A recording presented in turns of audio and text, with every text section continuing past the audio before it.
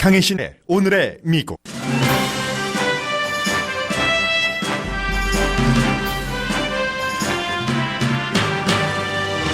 트럼프 대통령의 영국 방문 이틀째 두 나라 지도부에서는 좋은 분위기를 유지하고 있습니다. 그러나 트럼프 대통령이 외교 결례라는 지적을 들으면서까지 지지한 차기 영국 총리 선두주자는 대통령 면담을 사양했습니다. 영국 국민들은 미국 국민보다 더 적극적으로 트럼프 대통령 반대 시위를 하고 있습니다. 트럼프 대통령의 일본 방문 시 존 맥케이노 함대의 이름을 가리라고 조치한 백악관 지시를 비난하거나 초대받지 않은 대통령 자녀들이 국빈 만찬 등 영국에서의 행사에 등장해 가족 사업을 한다고 비난합니다. 트럼프 대통령은 멕시코가 미국으로 향하는 이민자를 막지 않으면 다음 주부터 멕시코산 수입품에 관세를 부과할 것이라고 말했습니다. 관세 부과는 공화당에서도 반대하는 움직임인데 대통령은 공화당이 반대한다면 어리석다고 강조했습니다. 제로미 파웰 연방준비제도 이사는 미국의 무역전쟁 여파에 대해 필요하다면 조치를 취할 것이라고 했습니다. 미국 제조업 지수가 2009년 이후 최저치까지 내려갔습니다. 미국과 중국은 무역전쟁과 동시에 천안문 사태 이슈로도 충돌 중입니다.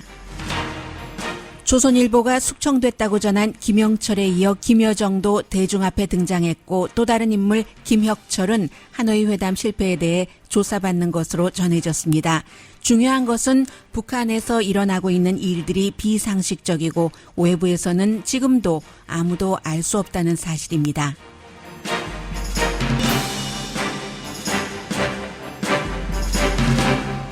여러분 안녕하십니까? 오늘의 미국 강혜신입니다.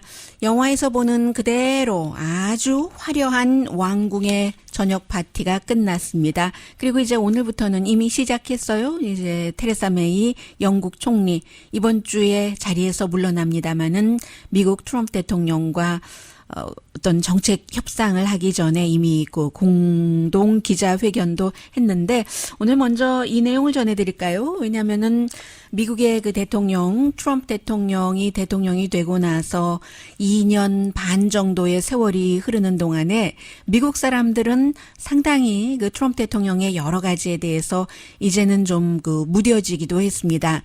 그러한 것들을 영국 사람들은 뭐 어쩌다는 아니지만 미국 대통령에 관한 뉴스는 늘 나오고는 있습니다만 막상 그 영국 런던에 가고 나니까 10,000명이 넘는 사람들이 여러 가지 이슈로 시위를 하는 등 세계에서 지금 미국과 미국 대통령을 어떻게 바라보고 있는가 하는 것을 확인할 수 있는 트럼프 대통령의 영국 방문입니다. 테레사 메이 영국 총리가 아주 특별한 그 선물을 했어요. 영국 총리가 여자고 총리의 남편인 필립이 함께 트럼프 대통령에게 선물한 것은 상당히 그 상징적이라고 할 수 있는데 액자에 잘 넣어서 윈스턴 처칠이 만든 대서양 대서양 선언 그 초안이라고 할까요? 그게 이제 1941년도에 미국의 그 루즈벨트와 프랭클린 디 루즈벨트와 함께 서로의 그 미국과 영국이 차이점도 있지만 세계에서의 공동의 목표가 있기 때문에 그 안에는 무역, 무기 감축 이런 것이 다 포함되어 있고 국제기구 유엔이라든가 다 그 이후에 창설된 거잖아요. 또 WTO 이런 것에 관해서 영국과 미국이 힘을 합쳐서 했었을 때 그 윈스턴 처칠의 바로 그 초안을 이제 그 선물을 했다는 겁니다. 또 엘리자베스 여왕도 마찬가지였어요. 건배하면서도 세계 질서에 기초한 다국적주의다 이런 것을 강조를 했고 영국 또 프랑스에서도 이제 75주년이잖아요. D-Day, 노르만디 상륙작전 이 세레모니에도 참석을 할 텐데 그렇게 될 경우 상상하는 그대로겠죠. 임마누엘 마크롱 대통령도 영국의 엘리자베스 2세 여왕이나 물러나는 테레사 메이 영국 총리와 아마 그 똑같은 얘기를 하게 될 것 같습니다.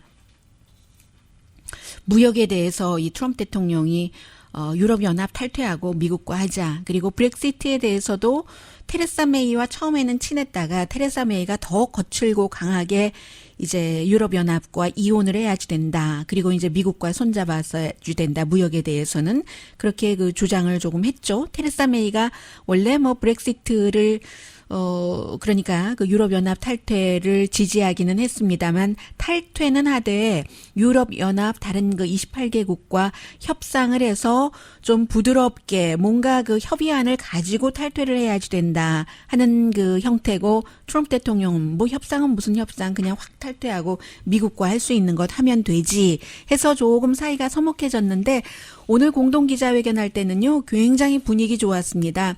심지어는요 트럼프 대통령이 테레사 메이 영국 총리에게 아마 나보다도 협상의 기술이 더 뛰어날지도 모르지 이 같은 그 덕담까지 했거든요. 그리고는 이제 테레사 메이 영국 총리가 물러나면은 보리스 존슨 이 사람이 전에 런던 시장이었고 그리고 이제 그 영국 외무장관을 지냈었고 브렉시트에 대해서는 테레사 메이보다 더 거칠은 그 탈퇴를 원하는 사람인데 트럼프 대통령이 그래서 외교 결례라고 헤드라인에 말씀드렸던 것이 미국도 다른 나라로부터 어떠한 뭐 러시아로부터 뭐 선거에서 뭐 러시아가 막 그 조정을 하는 것을 원치 않는 것처럼 영국도 그 영국 내부의 정치 상황을 미국이 조절하는 것을 원치 않습니다. 그런데 이제 그 총리 선출이 얼마 안 남았고 뭐 10명 이상이 총리 선거에 나간다고 하는데 그 가운데 이제 그 보리스 존슨을 꼬집어서 대통령이 뭐 영국에 도착하기 전부터 보리스 존슨이 차기 대통령을 아니 총리를 잘할 거야 이렇게 얘기를 했잖아요. 그래서 실제로 보리스 존슨과 한 20분 정도 전화 통화는 했다고 합니다. 그런데 전화 통화하고 트럼프 대통령이 영국에 있을 때 우리 한번 만납시다라고 정식으로 면담 요청을 했는데 보리스 존슨이 그걸 사양했다는 거죠. 굉장히 보수적이고 극단적인 사람이기는 합니다만은 결국은 이 사람도 영국에서 총리가 되고 하려면은 중도표가 좀 필요한 겁니다. 그렇게 볼 때 영국 국민들이 굉장히 그 극단적이라고 생각을 하는 그런 트럼프 대통령과 지금 만나서 득이 될 게 없다라고 생각하니까 나는 캠페인 일정 때문에 안 되겠다 하고 트럼프 대통령을 만나지 않았고요. 그리고 보리스 존슨이 이후에 이제 영국 런던 시장을 하고 있는 굉장히 트럼프 대통령과 자주 기회가 있을 때마다 충돌하는 사디크 칸 무슬림 최초의 영국 시장이고 또 트럼프 대통령이 되고 나서 제일 처음 한 일이 이 무슬림들의 미국 입국을 금지하는 처음에 실패했지만 나중에 조금 내용을 수정을 해서 지금 시행되고 있잖아요. 그런 의미에서 그 사디크 칸과 트럼프 대통령은 트윗으로 언론으로 서로를 마구 공격을 했는데 대통령이 이제 먼저 완전한 그 사람은 실패한 사람이야. Stone Cold Loser라고 표현을 하자 이 그 런던 시장이 참 11살짜리에게 입에서 나올 수 있는 예상됐었던 그런 말이다라고 하면서 세계에서 극우주의 운동을 이끄는 보이, 트럼프 대통령에게 보이라고 했죠. 국제사회의 최악의 위협이다. 뭐 아무튼 이런 얘기도 했고 그리고 이제 대통령은 전혀 나는 못 봤다. 시위하는 사람 못 봤다. 내가 공동 기자회견을 하기 직전에요. 좀 전에 조금 봤는데 very small 그 시위대가 있었다라고 했지만 10,000명이 넘는 사람들이 런던에 모여서 한국에서는 시위대가 많을 수 있지만 미국이나 뭐 영국이나 뭐 미국보다는 유럽이 좀 시위대 숫자가 많기는 해요. 그래도 런던에 이렇게 국내 이슈도 아니고 다른 나라의 대통령이 왔을 때 10,000명이 넘는 사람들이 준비할 수 있는 것 다 준비해가지고요. 지난해와 마찬가지로 기저귀 찬 트럼프 대통령 풍선 띄우고 그리고 뭐 이런 것도 있어요. 영국 국민들이 오바마와 트럼프를 지지하는 비율에서 영국 그 의회 그 옆에 전광판으로 크게 한 사람은 72%, 한 사람은 20 몇 퍼센트든가요? 21%, 누가 72%인지는 말씀 안 드리겠고요. 그리고 또 하나는 트럼프 대통령의 상징인 그 빨간색 그 모자로요. 그 미국의 해군 함대를 딱 그 덮어 씌워버렸습니다. 그 해군 함대가 존 맥케인 함대. 이번에 일본 갈 때 대통령이 그 존 맥케인 숨진 상원의원 싫어한다고, 보기 싫어한다고 백악관에서 실제로 그런 그 지시를 했다잖아요. 국방부에 지시인지 요청인지를 했다는 것 아니겠어요? 그래서 영국 사람들이 그것을 이렇게 상징하는, 어떻게 이런 사람에게 우리나라 정부는 레드카펫을 깔아줄 수가 있느냐 하면서 이제 계속 그 시위를 하고요. 트럼프 대통령은 시위는 무슨 시위? 내가 싫어하는 페이크 뉴스들이 또 페이크 뉴스를 전하고 있는 거야. 아무튼 이런 정도의 얘기들이 나오고는 있습니다만 중요한 것은 영국 사람들이 더 잘 알아요. 미국 사람들보다. 한국이나 미국 언론에서는, 대부분의 미국 언론에서는 트럼프 대통령의 성인 자녀들도 전부 같다라고는 얘기를 하지만, 이런 때 이제 사실은 들어가는 비용도 굉장히 많고요. 그 대통령 그 가족들의 경우 이런 문제들 때문에. 그런데 영국의 엘리자베스 2세 여왕은 트럼프 대통령과 와이프인 멜라니아 트럼프, 미국의 퍼스트 레이디 두 사람만 초대를 했답니다. 왕궁에서, 궁전에서 베풀어지는 국빈 만찬, 그리고 영국 이번 국빈 방문에 초대를 했는데 대통령이 다 몰고 간 거예요. 지금 뭐 11살인지 12살인지 아들 하나만 미국에 두고 이제 여러 부인 사이에서 난 그런 그 자녀들을 전부 데리고 가서, 물론 그 이방카 트럼프와 자레드 쿠시너는 백악관에서 일하고 있다 하더라도 트럼프 의 첫째 아들, 둘째 아들, 그리고 이제 또 다른 부인과의 사이에서, 둘째 부인과의 사이에서 난 자녀죠. 그 티파니 딸도 데리고 가고 해서 영국 사람들은 이게 뭐냐, 초대받지 않은 손님들이 와서, 더군다나 이제 그 둘째 딸은, 티파니는 뭐 전혀 아버지가 별로 예뻐하지도 않고 아버지의 사업에 별로 관여하지 않는다 하지만, 이 트럼프 주니어와 에릭 트럼프, 첫째 아들과 둘째 아들은 대통령 사업을 하고 있는 사람이잖아요. 대통령 사업체 이름이 트럼프 오거니제이션이고 어떠한 무슨 뭐 자선단체 이름이 아닙니다. 그래서 이 트럼프 오거니제이션을 이끌고 있는 두 아들이 국빈 만찬이다, 여러 그 중요한 행사에 전부 와서 결국은 그 사업하고 있는 게 아니냐, 영국 사람들이 이 내용을 영국 매체에서 많이 지적을 하고 있고요.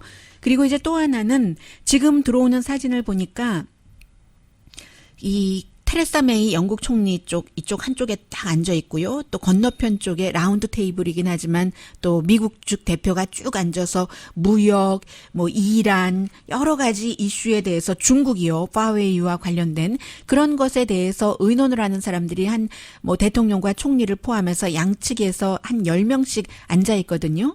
그 자리에 이방카가 앉아 있는데요. 아버지로부터 오른쪽으로부터 네 번째에 앉아 있었습니다. 그리고 존 볼튼보다도 아버지에게 더 가까이 앉아 있었어요. 존 볼튼이 이방카보다 한 좌석 더 멀리, 대통령으로부터 오른쪽으로부터 다섯 번째. 이방카가 파웨이, 이란, 브렉시트, 무역 문제, 이런 것에 대해서 의논을 한다는 겁니다. 그만큼 이제 이 딸을 띄워주는 것이고 가족 비즈니스를 하는 거다. 우리는 이런 참을 수 없는 경박함을 영국 사람들, 영국인 우리는 견딜 수가 없다 하면서 지금 영국인들이 시위를 하고 있는 거고요. 그렇지만 이제 중요한 공식적인 행사라든가 또 기자회견은 지난번에 방문했었을 때보다는 좀 이번이 순조로웠다고 말씀드릴 수가 있습니다.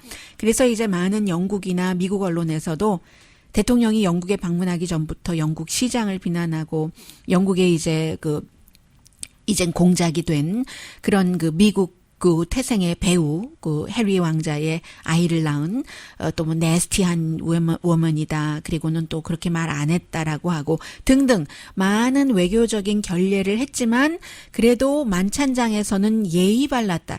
이게 뉴스가 되는 겁니다. 미국 대통령에 대해서. 이제 그랬고 오늘 공식적인 테레사 메이와의 기자회견도 상당히 좀 그 따뜻한 분위기라고 할까요? 그런데 그래서 이제 그 사이에 지금 이제 의논하고 있으니까 그 뒤에 여러 가지 얘기가 나올 겁니다.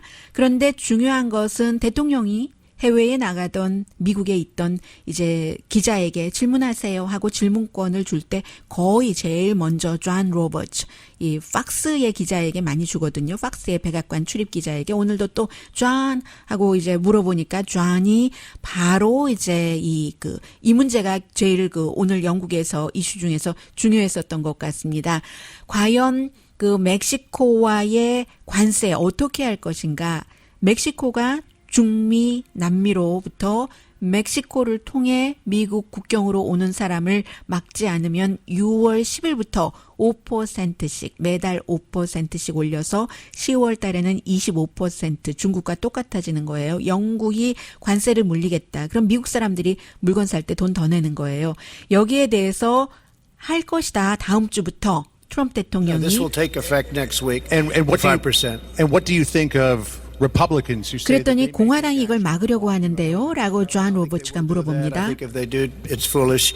There's nothing more 만약에 important than 공화당이 borders. 그렇게 한다면 foolish가 될 거라고 얘기를 하고 있죠. 그런데 이제 이 부분에 대해서 멕시코는 돈도 돈이지만 다 그것을 다른 나라로부터 오는 사람들을 막고 하려면은 비용이 들어가는 것도 비용이 들어가고 국제법에 위배된다고 얘기를 하고 있거든요. 왜냐하면 그 가운데 많은 사람들이 우리나라에서는 못 살겠습니다. 여러 가지 이유로 총, 갱단 등등 정부로부터의 학대해서 난민 신청을 하러 가는 사람들이 있기 때문에 일부는 멕시코에 머물고요. 일부는 멕시코를 거쳐서 미국으로 오는데 세계 국제 인권법 위반이다. 지금 멕시코에서는 그렇게 얘기를 하고 있어서 이 문제는 이제 후반부에 조금 더 전해드릴 기회가 있으면 전해드리겠고요. 미국에서도 멕시코와 무역을 많이 하는 이제 그런 정치인들 가운데서는 대통령의 공화당이라 할지라도 이 같은 내용을 굉장히 싫어하는데 대통령은 나는 한번 한다면 언제나 한다 이런 내용들 강조를 하고 있습니다. Mexico shouldn't allow millions of people to try and enter our country, and they could stop it very quickly. And I think they will. And if they won't, we're going to put tariffs on. And every month. 그런데 지금 멕시코의 대표단이 와 있기 때문에 그것을 금방 멈추지 않으면 관세를 부과시킬 것이다. 글쎄요. 미국에서도 관세 부과가 미국 국민에게도 나쁘고 여러 가지. 멕시코는 우리는 길이 있다. 중국과 하면 되지. 이렇게 나오고 있거든요. 그래서 이 부분은 좀 해결될 수도 있을 수도 있다라고 말씀을 드리고요. 이렇게 해외에 나갔는데도 지금 미국의 국내 이슈가 굉장히 중요하게 영향을 미치고 있습니다. 그래서 다우지수가 지금 많이 올라가고 있기는 하네요. 다우지수가 어쨌든 잠시 뒤에 그 내용은 전해드리겠고요. 다우지수가 지금 올라가고 있는 것은 대통령이 관세를 부과하겠다 하더라도 지금 공화당이 그것을 민주당과 힘을 합쳐서 막으려고 하고 있기 때문에 좀 안심해서 올라가는 게 아닌가 싶기도 하고요. 잠시 뒤에 한국, 북한, 미국과 북한과의 관계, 알 수 없는 북한 전해드립니다.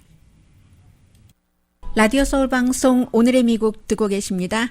네, 이제는 노동당 중앙위원회 부위원장 김영철에 이어서 김정은 위원장의 동생 김여정까지 어제 대규모 매스게임 하는데 등장을 했습니다. 사진으로 보여주더군요, 북한이.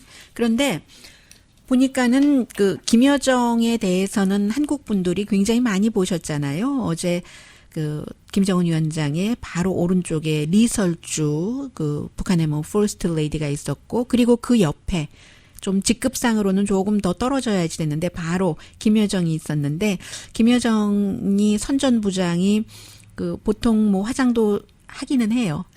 여자들이 보면 알죠. 하기는 하는데 튀게 하지 않아서 그렇지 가장 최소한으로 하기는 하는데 어제는 보니까 다른 때와는 달리 처음 봤어요. 저는 반짝거리는 머리띠까지 헤어밴드를 맸거든요. 그리고 이제 박수치는 그런 모습을 보여줘서 이 김여정도 지난번에 하노이 회담 이후에 러시아에는 동행하지 않았지만 이제 별 무리 없이 지금 뭐 일을 하고 있구나 하는 것을 알 수가 있고, 그리고 그 영국 그 언론인 가디언은 이런 내용들을 보도하면서 제일 먼저 이 내용은 CNN 방송이 미국에서는 전했습니다. 그리고 가디언이 전하면서 그럼에도 불구하고 그 여동생까지 있었는데 김정은 위원장은 어제의 그 매스게임에 대해서 별로 만족해하지 않았다. 굉장히 그 꾸짖었다. 그 창조자라고 얘기를 하더군요. 말하자면 연출가 이렇게 되는 거죠. 크리에이터를 불러서 사회주의 문화 건설을 위해서 이게 얼마나 중대한데 마음에 들지 않았다는 얘기예요. 제가 그 매스게임의 한 장면을 보니까 이렇게 써 있더군요. 김일성, 김정일 주의는 인민대중제일주의. 인민대중제일주의는 아닌 것 같고, 예. 김씨 일가의 제1주의인 것 같긴 하고요.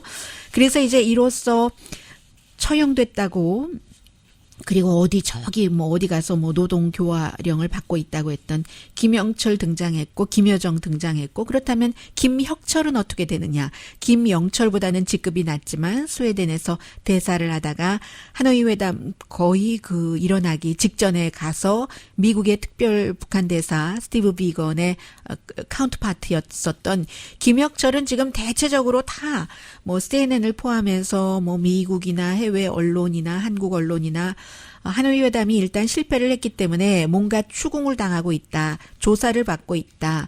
뭐 통역사인 그 신혜영도 마찬가지고, 그리고 또 다른 사람도 마찬가지로 지금 뭐 조사받고 추궁 당하고 있다. 김송혜도 그렇고요. 이제 그 뭐 팀이었으니까 그런 얘기를 하고 있는데, 이게 이제 제일 먼저 한국의 조선일보가 뭐 탈북자들의 말을 인용을 해서 전한 것이고, 미국이나 해외 언론이 전부 조선일보를 인용을 해서 보도를 했는데, 이런 일들이 뭐 한두 번이 아니기 때문에요. 어제까지 제가 현송월을 예로 들었습니다마는 2013년도에 총살됐다고 하다가 섹스 비디오 찍다가 2018년도에 딱 등장을 했잖아요. 그 평창올림픽 때 등장을 했는데, 그것뿐이 아니라 더 오래전에 기억하실 거예요. 지금 말씀드리면 김일성 주석의, 김정은의 할아버지의 브라더인 김용주가 1970년대 중반에 사라졌었어요. 그랬다가 23년 뒤인 1993년도에 대중 앞에 모습을 드러냈다. 이런 것을 보면은, 물론 뭐 그 미국의 입장에서 보면은 누가 없어지고 뭐 정말 처형당했다거나 숙청당했다거나, 김혁철은 총살당했다고 했잖아요. 조선일보 보도에 따르면. 그런데 이제 뭐 지금 아직 모습은 드러내지 않았습니다만은 또 뭐 금방 나오겠죠. 김여정처럼. 그런데 이제 북한, 미국으로서는 그러면 우리가 협상을 해야 되는 사람이 달라지니까 이제는 뭐 최선이 리용호 쪽으로 완전히 가야지 되는가, 이런 것이 실무적으로는 그 중요한 점이 되는 것이고, 그런데 그보다 더 원초적으로는 북한은 이럴 수도 있는 나라고, 그리고 이러한 것들이 그 사람들의 신변이 어떻게 됐는지 어떤 이유로든 알 수 없는 그 내부 사람, 내부에서도 아주 내부인이 아니면 알 수 없는 나라라는, 이 알 수 없는 나라와 북한 핵 협상을 해야지 되는 미국도 그렇고 한국도 그렇고, 이제 그런 면이 더 좀 다른 거죠. 다른 나라와 상당히 예측 불가능하고 그런 내용 전해드립니다. 그리고 현지도 아니고 한국도 아니기 때문에 여러분들께 첫날 보도를 해드리고는 그저 스킵하고 맙니다만은 더 자세한 내용을 전해드릴 수가 없으니까요. 미국에서도 계속 이 내용은 팔로우합니다. 헝가리의 유람선을 타고 부다페스트 다뉴브강에서 이제 그 한국 분들 현재로서는 뭐 28분 숨진 것으로 생각을 하고 있잖아요. 그리고 나서 한국이 뭐 강경화 외무장관을 포함해서, 지금은 이제 외무부 차관이 그 총지휘를 하고 있는 것으로 알고 있습니다만, 가고 장비도 보내고 헝가리 정부에 여러 가지 요구도 하고 해서 저기 뭐 세르비아까지 이제 그 시신이 그 내려가기도 하고 찾기도 하고 했다는 거잖아요. 그런 모든 그 한국의 노력 지금 하고 있는 것 같은 것을 미국 언론도 전부 그 보도를 하고 있고요. 다행히 지금 그 어떠한 뭐 구조라든가 아니면 그 시신 이양 작업을 하기에는 환경이 좀 편해지고 있다 하는 내용까지 세계 언론이 전하고 있습니다. 그리고 이제 한국에서는 지금 그 큰 유람선이 탁 치고 이제 갔다는 것이잖아요. 현재까지로는. 그래서 유람선의 그 선장인 그 큰 유람선이에요. 작은 유람선이 아니라 64세의 우크라이나 태생의 그 유람선 선장에 대해서 한국에서는 지금 뭐 체포돼 있고 또 뭐 보석으로 풀려나지 않았고 그 해서 한국에서는 그 사람 석방하면 안 된다라고 하고 있고 보석은 지금 펜딩 상태고요. 그런 내용까지 전하고 있는데 또 막상 그쪽에서는 선장이 그런 사고를 내고 사고를 당하기는 했지만 잘못한 게 없다고 주장한다는 내용까지 함께 전하고 있습니다. 그리고 뭐 짧게 말씀드리자면 뭐 청와대를 45세의 군인이 메이저니까 육군 그 소령이 되겠네요. BMW 타고 딱 그 춘추관 쪽으로 돌진하다가 결국은 체포됐잖아요. 체포됐다가 뭐 또 뭐 어디서 탈출하고 등등 뭐 정신적인 문제가 조금 있는 그런 사람이 어쨌든 청와대라는 곳이 대통령이 있는 곳이기 때문에 이렇게 무단 침입죄로 이제 뭐 수사를 받겠죠. 그런 내용들도 미국에서 모두 보도를 하고 있습니다. 그리고 이제 대통령이 없는 사이에 미국에서 가장 중요한 뉴스를 두 가지를 전해드리자면 먼저 트럼프 대통령에게 근 뉴스. 민주당이 트럼프 대통령이 지금 멕시코와의 그 장벽 쌓는 것을 비용을 의회에서 해주지 않았기 때문에 다른 곳에요. 예를 들어 캘리포니아에 산불이 날 때 지원을 한다는 돈이라든가 어디 저쪽 루이지아나에 뭐 예를 들어서 홍수가 났을 때의 지원금으로 책정된 그런 것들을 빼서 멕시코 그 벽을 쌓겠다 하는 것을 민주당이 막아달라 하고는 이제 그 연방 그 법원에 이렇게 이제 리퀘스트를 했어요. 그랬더니 워싱턴 DC의 연방 법원에서 여러 가지 하원에서 할 수 있는 일이 있지만 대통령을 이 문제를 가지고 고소할 수는 없다. 해서 이제 그 뭐 기각해 버린 거나 마찬가지거든요. 리젝트 한 거죠. 심의하지 않겠다고 리젝트를 한 것이고 그에 비해서 지난번에 캘리포니아 주에서는 그럴 수 없다고 뭐 해주기는 했었는데 이번에 워싱턴 DC의 연방 판사는 그 하원 민주당이 주도가 된 하원의 그 요청을 거절했다. 트럼프 대통령에게 근 뉴스고요. 그리고 이 내용은 굿인지 배든지 아니면 중간인지는 모르겠습니다만은 지금은 대통령이 의회와 아주 전방위로 다 싸우고 있습니다. 지금 미국의 그 하원, 그 민주당이 주도하고 있는 그 하원에서는 지난번에 대통령의 백악관 자문, 그 다은 맥건이 의회 청문회에 나오지 않았었고 러시아 스캔들에 대해서요. 또 윌리엄 바, 빌 바 연방 법무장관도 뭔가 하원 청문회에 나오지 않았잖아요. 해서 의회를 모욕했다 해서 6월 11일에 이 모욕죄 티켓을 주는 뭐 그렇다고 법적으로 뭐 어떻게 하는 것은 없어요. 그런 것에 대해서 투표를 하기로 했는데 그 이후에도 트럼프 대통령에 가장 가까웠었던 그 백악관 스텝 29살인가요? 호프 힉스 29살 정치 경험 전혀 없고 모델 출신인데 공보국장으로 발탁했었던 이 호프 힉스 대통령이 이렇게 옷 다 입고 있으면 스팀 다이리미로 바지도 다 입은 채로 다려줬다는 그랬다는 이 호프 힉스도 여러 가지 다큐멘트를 제시를 해라 의회에서 이렇게 소환장을 발부를 했는데 대통령이 호프 힉스에게 그런 것 의회 말 들을 필요 없어 하고 지금 조치하고 있다는 거 전해드리고요. 그 사이에 가장 곤란한 사람은 낸시 펠로시 민주당 그 하원 의장입니다. 민주당에서 전반적으로 지금 뭐 대통령을 탄핵해야 된다.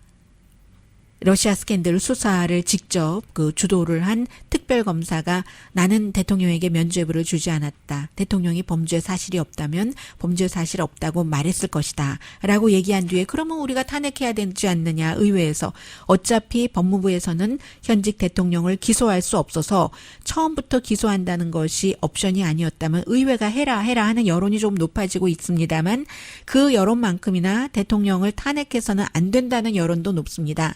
탄핵해서는 안 된다는 여론에도 여러 가지 이유가 있는데 아마 가장 많은 이유는 좀 그 정치적인 싸움하지 말고 어차피 대통령으로 뽑힌 거니까 일하게 내버려둬라 하는 여론이 굉장히 많을 테고요. 그 사이에 민주당의 그 낸시 펠로시 하원 의장의 경우는 어차피 하원에서 통과가 되더라도 하원은 민주당이 다수당이니까요. 상원이 공화당이 다수당이기 때문에 대통령을 탄핵시키지를 못한다. 국민들이 탄핵 절차를 잘 모르는 것 같다. 그리고 이렇게 대통령을 탄핵한다고 하면은 과거에도 있었던 것처럼 대통령 중심으로 똘똘 뭉치고 그렇지 않아도 지금 공화당은 그 대통령을 지지하는 비율이 적게는 80%에서 많게는 오늘 트럼프 대통령이 얘기하더군요. 영국에서 94%까지 높거든요. 민주당이 탄핵 절차를 밟는다 하면 대통령을 더 지지할 거고 무엇보다도 지금 민주당이 뭐 예비선거 민주당에서 후보를 가리는 그 후보가 지금 23명, 24명입니까? 3명입니까? 저도 기억하지 못할 그럴 정도가 됐는데 이런 사람들 가운데서 가장 중요한 것은 누가 본선거에 나갔을 때 트럼프 대통령을 이기느냐잖아요. 지금 공화당에서 누가 추가로 예비선거 후보로 나온다 한들 트럼프 대통령을 이기고 공화당 후보가 되겠습니까? 안 되니까 트럼프 대통령을 이길 수 있는 사람을 꼼꼼하게 따져야지 되는데 대통령을 탄핵한다는데 다 시간을 써버리면은 이게 정말 이것도 아니고 저것도 아니어서 결국은 민주당이 말 그대로 패가 망신할 수도 있다라는 게 낸시 펠로시 하원 의장의 생각입니다. 그래서 지금 가장 곤란한 사람이 낸시 펠로시다 말씀을 드리고요. 잠시 뒤에는 미국의 경제 분위기 좀 전하겠습니다.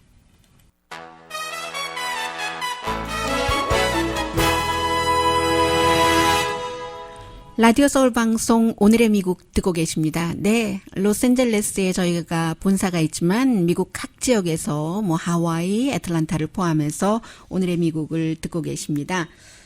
멕시코 외무장관이 이제 미국에 와서 미국의 이제 국무부의 그 관계자들을 쭉 만났거든요. 트럼프 대통령이 정말로 그 멕시코에서 미국으로 수출하는 그런 물건에 대해서 관세를 부과를 할까요? 하면서 부과하지 않도록 우리 좀 협상 좀 합시다. 이런 얘기들을 많이 했고요. 기본적으로 이제 그 멕시코는 농산물 같은 것을 이제 미국으로 수출하기도 하고 미국에서 가져가는 것들도 있는데 미국에서 가져가는 것들을 우리는요. 중국에서 가져올 수도 있고요. 뭐 아르헨티나, 브라질 많잖아요. 더 가까워요. 뭐 이런 식으로 지금 얘기를 하고 있는데 글쎄요. 관세 전쟁을 하면은 두 나라 다 피해를 입는 것은 그 사실이고요. 특히 멕시코에서 지난번에 그 유럽과 여러 가지 그 무역 마찰 같은 것이 있었을 때 유럽 국가들에서 했었던 일이 있잖아요. 이 공화당의 그 미치 매코넬 그 상원 의원 같은 경우가 켄터키 버번이죠. 켄터키에서의 그 미국 술이잖아요. 이 버번을 유럽으로 수출하는데 그것부터 우리도 뭐 어떻게 하겠다 했었고 아주 전방위로 민주당의 낸시 펠로시가 지역구인 그 리바이스 청바지 이것도 우리 뭐 어떻게 관세를 부과하겠어 했는데 멕시코도 지금 똑같은 그런 것을 하는 겁니다. 품목에 따라서는 미국이 멕시코의 이제 세 번째의 무역 파트너도 되기도 하고 첫 번째의 무역 파트너도 되기도 하는데 켄터키 사람들이 제일 먼저 생각을 하겠죠. 이 버번 때문에 그렇게 되고 또 다른 그래서 이제 멕시코에서 유일하게 지금 공화당에서는 린지 그레이엄 그 연방 상원 의원이 대통령 관세를 부과해야지 됩니다라고 대통령을 지지하고 있기 때문에 이 사람이 사우스캐롤라이나가 지역구잖아요. 사우스캐롤라이나주에서 멕시코에 수출하는 게 무엇이 있느냐.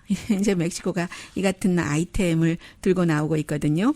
그리고 오늘 그 한 이벤트에서 제레미 파웰 그 연방준비제도 의장이 한마디 했습니다. 만약에 이렇게 무역 전쟁으로 뭔가 미국의 경제가 위험해질 경우에는 뭔가를 그 조치를 취할 것이다. Monitoring the implications of these developments for the U.S. economic outlook, and as always, we will act as appropriate to sustain the expansion with a strong labor market and inflation near our symmetric. 왜냐하면 모니터링을 한다는 건데 무역 전쟁, 무역 마찰에 대해서 연방 준비 제도가 어떤 그 정치성을 띈다는 얘기가 아니라 그로 인해서 미국의 경제의 흐름이 바뀌잖아요. 노동 시장도 바뀌고 좀 전에 제레미 파웰 연방 준비 제도 의장이 얘기를 한 것처럼 그렇게 되는 경우 경제 구조가 바뀌고 인플레이션도 변동될 수도 있고 그럴 때 이제 뭔가를 하겠다는 얘기고 글쎄요. 그래서 그런지 일부 연방준비제도의 어떤 그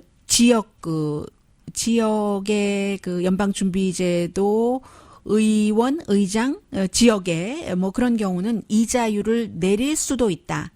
이런 얘기들을 지금 서서히 하고 있습니다. 이미 경제가 그 성장 자체가 좀 슬로우하고 국제 정치도 그렇고 국제 경제도 불황에 빠질 수 있는 위기에 있기 때문에 그럴 때 우리가 이자율을 내릴 수도 있다는 준비를 하는 것 같아요. 만약에 이자율을 내린다면 오늘 아침에 뭐 CNBC라든가 블룸버그 등등에 출연을 하는 여러 전문가들 얘기를 보니까 그리고 표정과 뉘앙스를 보니까 이자율을 내린다면은 9월 초부터도 내릴 수 있다. 지금 이 정도 분위기 나오고요.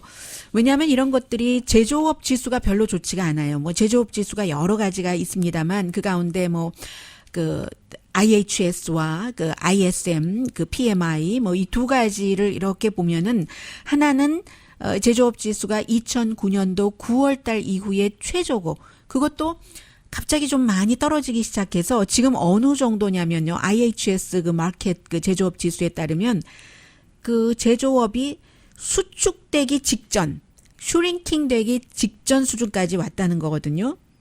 이건 이제 처음인 거예요. 지난번에 금융 사태 이후에. 그리고 그 ISM 그 제조업 지수 같은 경우도 2016년 10월 달 이후에 최저이기 때문에 아무리 대통령이 무역 전쟁하면서 뭐 미국으로 다 들여와서 만들어라 하더라도 이미 국제 시장의 구조가 그렇게 돼 있질 않기 때문에 제조업이 위축돼서 이거 6년 반 만에 최저라고 하는데 뭐 이런 것이요. 그래서 이제 그 지금 사업체에서 뭔가 그 낙관적인 그 생각 같은 것이 조금 2012년 7월 달 이후에는 최저다. 이런 얘기들을 많이 하고 있어요. 그래서 어쩌면 이자율에도 변동이 있을 수도 있고요. 그리고 말씀드린 대로 뭐 공화당과 민주당 다 합쳐서 이것은 공화당에서는 관세를 세금 부과로 보는 겁니다. 공화당은 세금 인상 싫어하잖아요. 민주당이 뭐 예를 들어서 일단 뭐 수입 인컴에 대한 세금 부자에게는 좀 많이 내야죠. 이런 것을 지지를 하는데 공화당은 부자도 세금 적게 내야 되고 가난한 사람도 적게 내야 되고 기업도 적게 내야지 되고 하는 것인데 공화당은 관세를 세금으로 봅니다. 분명히. 왜냐하면 그 중국이나 멕시코에서 미국으로 들여오는 수입품에 대해서 관세를 부과한다고 하는 것은 대통령은 그 나라가 돈을 내는 거라고 하지만 그 나라 기업이 내는 거라고 트럼프 대통령은 계속 지금까지 주장을 하지만 아니잖아요. 미국의 수입업자가 그만큼 내야 되는 겁니다. 관세가 25%면 수입업자가 내야 되는 거예요. 그러면 수입업자는 가격을 올리거나 아니면 본인이 손해를 봐야지 되는데 5%일 때는 견딜 수 있지만 그 25%나 손해를 보면 4분의 1인데 어떻게 견디겠어요. 양쪽이 수출업자와 수입업자가 반반씩 우리가 마진 줄이자 하더라도 10%까지는 견뎌볼 수 있겠습니다만 지금 중국처럼 25% 이건 견딜 수 없잖아요. 그래서 공화당이 싫어하는 세금 인상이기 때문에 결국은 소비자가 물건을 살 때 관세가 지속되면 물건값을 더 낼 수밖에 없게 되는 겁니다. 그렇기 때문에 공화당이 싫어해서 민주당과 이것은 합세를 해서 대통령이 관세 부과하지 못하도록 막으려고 하고 있고요. 그러면서 지금 대통령이 미국, 멕시코, 캐나다 세 나라 사이에 무역협정 나프타라는 것을 다 깨버리고 USMCA 나라마다 다 다르게 불러요. 본인들 나라 제일 앞에 내세우는데 이렇게 하려고 하는데 여기에도 멕시코가 협조해 주지 않을 것이다. 이게 지금 공화당의 전략입니다. 잠시 뒤에 여러 가지 복잡하고 때로는 아주 그 독특하게 그 미국이 나아가고 있는 것 같기도 하지만 중국에 비한다면은 굉장히 또 신사인 거죠. 천안문 사태가 6월 4일 미국 날짜로는요, 오늘입니다. 잠시 뒤에 또 미국과 연관되기도 하고요, 전해드립니다.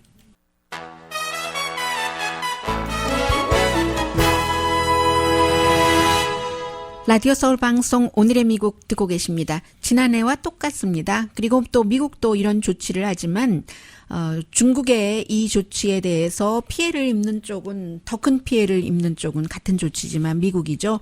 오늘 또 그 중국의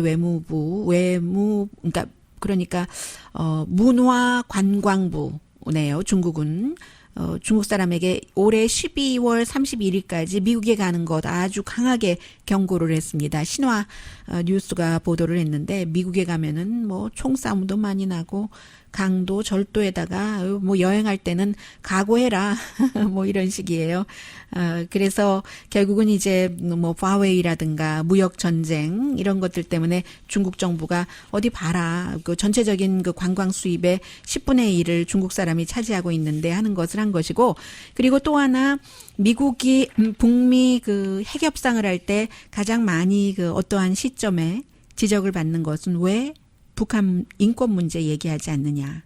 한국의 보수와 마찬가지예요. 미국에서도 보수가 그런 얘기를 하는데, 그러면서 마이크 폼페이오 국무장관 북한 문제에 대해서 맨 앞장서서 일해온 사람이 중국의 1989년도 천안문 사태에 대해서 그 당시에 여러 가지 인권을 유린하고 한 것을 진상을 밝혀야지 된다.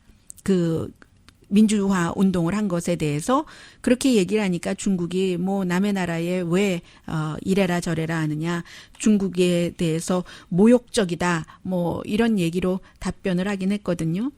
그 당시에 그 1000명에서 한 1500명 정도 숨진 것으로 세계에서는 그 알고 있는데, 미국이 이렇게 중국에 대해서는 또 그 인권을 얘기를 하는군요.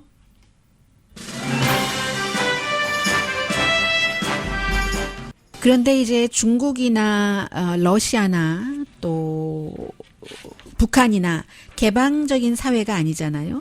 1989년이면은 몇 년 전입니까? 지금 2019년인데 그 이후에 태어난 세대는 지금 그 천안문 사태에 대해서 전혀 모르고 있고 정부는 계속 가리려고 하고 있고, 그래서 1등 국가와 2등 국가가 이제 나타나는 거죠.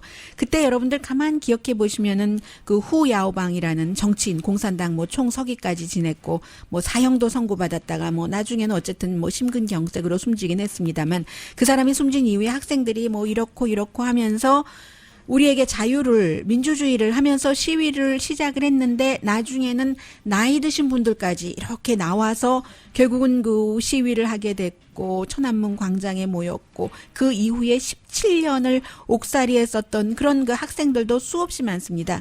1989년도가 어떤 해예요? 그때가 베를린 장벽이 무너지고 서구는 더 자유의 방향으로 나가던 때 중국은 옥죄고 아직까지 가리고 있습니다. 강희신이었습니다.